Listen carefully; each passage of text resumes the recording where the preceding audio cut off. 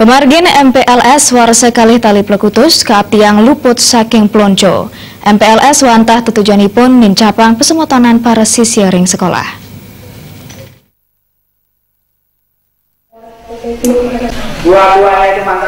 Masa pengenalan lingkungan sekolah MPLS pindah ke silih tungil prasyarat majang siswa sekolah sane anyar ngawitin parikrama ipun ring sekolah.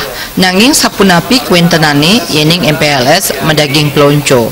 Akademisi Wayan Rediase nureksain sekolah mangda presiden ngicen rasa deg-deg kayun para siswa mawinan siswa nenten-wenten rasa jejah ngamiletin MPLS.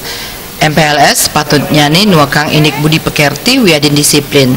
Parindikan sane patah talar kebausang pelaku usaha wayan padu.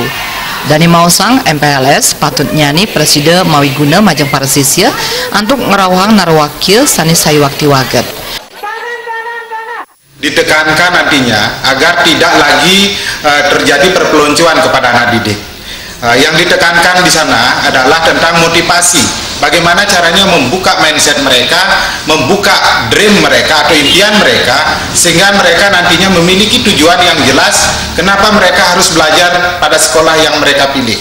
Tentu selain daripada itu, mereka harus juga memperlihatkan kemampuan mereka di bidang pengenalan terhadap rambu-rambu lalu lintas. Nah, di sini mereka perlu belajar dari tenaga-tenaga yang sudah profesional di bidangnya. Pada dasarnya itu akan diawali dari rumah tangga sendiri. Sebelum dimana anak-anak itu mulai untuk sekolah, perlu ditanamkan yang namanya budi pekerti. Nah, budi pekerti inilah yang mendominasi adalah orang tua sebelum mereka masuk ke sekolah. Nah, setelah itu kalau mereka sudah di sekolah, saya mohon juga kepada pihak-pihak sekolah agar menghilangkan istilah-istilah yang terdahulu seperti saya pelaku sendiri yang pernah mengalami, dalam kata lainnya adalah pelonco-pelonco.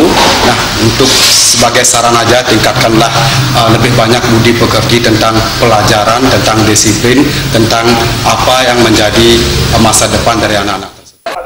Pemargin MPLS kaap tiang mangde kedagingin antuk parikrama sane becik salah sayu waktu luput saking plonco.